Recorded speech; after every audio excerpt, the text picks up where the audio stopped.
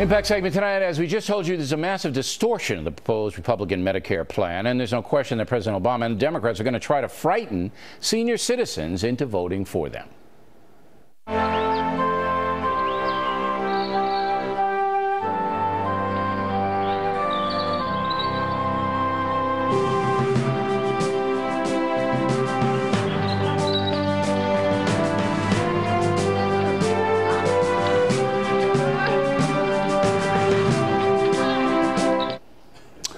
With us now, Sally Cohn, founder of the liberal group Movement Vision Lab. So, come on. This is such blatant propaganda. You know this. This was beyond liberal, conservative, or Republican, Democrat. They throw the old lady off the cliff, just like they say the Republicans would throw senior citizens. And everybody knows that all senior citizens, 55 and over right now, aren't going to be affected by this at all. Well, I mean, look, so if there had been a disclaimer that said the woman in this ad is actually 54, it would have been better. I mean, I got some good news for you. No actual senior citizens were harmed in the making of this ad.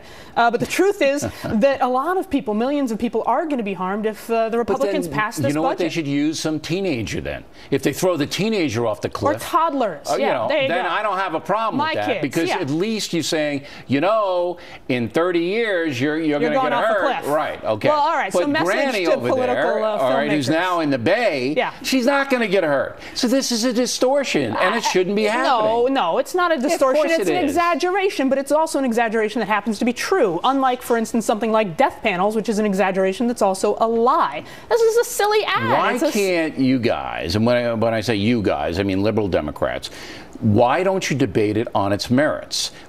Why do you use the scare tactics? Because the scare tactics is definitely being used. A lot of people don't watch The Factor who are older, and they don't, they're going to take my Medicare away. Why don't you just debate it on the merits of it? I mean, so let's debate it on the merits. Look, it's a silly ad. I'm not going to defend the silly ad. No, I don't care about the ad, but it's the general thing. President Obama himself has gone out on the stump and said if you're older, you're going to get hurt by this plan. That's not true. If you're 54 or younger, you are going to get hurt by this plan. So I don't know. When I was 12, that seemed old to me. We're drawing a false line without distinction. So you have no problem with the propaganda value? I'm saying it's an exaggeration. It's a silly ad. It's meant to get people's attention, to draw their attention to what is a serious issue, the fact that people, including current seniors and future seniors, are going to be harmed by the Republicans dismantling Medicare. Why aren't you as angry as I am about misleading political ads from all sides? I am. Then you should be condemning No, look, this is a clever way of getting attention. It's clever, it's funny, look, it's misleading. Bill, we know that Republicans, when Obama was trying to pass health care reform, were talking about pulling the plug on Granny. And again, things like death panels, which was called the #1 political lie last year. That was an actual lie. This is just an attempt to get people's attention about a serious issue. Okay, but you're justifying bad behavior by pointing to other bad behavior. The death panel thing never got any currency on this program. No, we and I always want to knew thank it was you for that. That's But if your argument is strong that Medicare is necessary for anybody 54 and lower in this country, okay, debate it on that merit. Debate it there.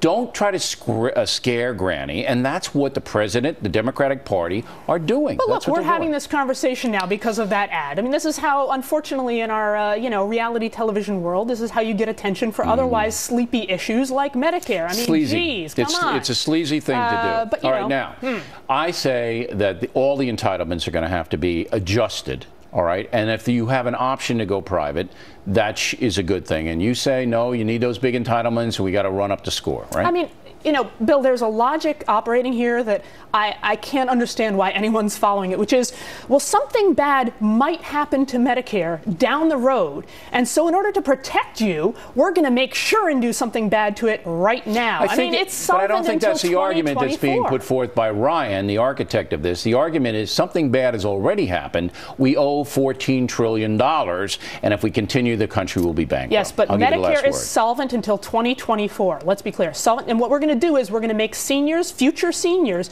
pay twice as much for their Medicare, and meanwhile give handouts to insurance companies. The only thing healthier are going to be insurance company bank accounts. But Ryan's legislation doesn't kick in until Medicare becomes insolvent. Until 2022, but still, it kicks in by making seniors pay more and giving big handouts to insurance companies. All right, Ms. Cohn, thanks for your point of view. We appreciate it.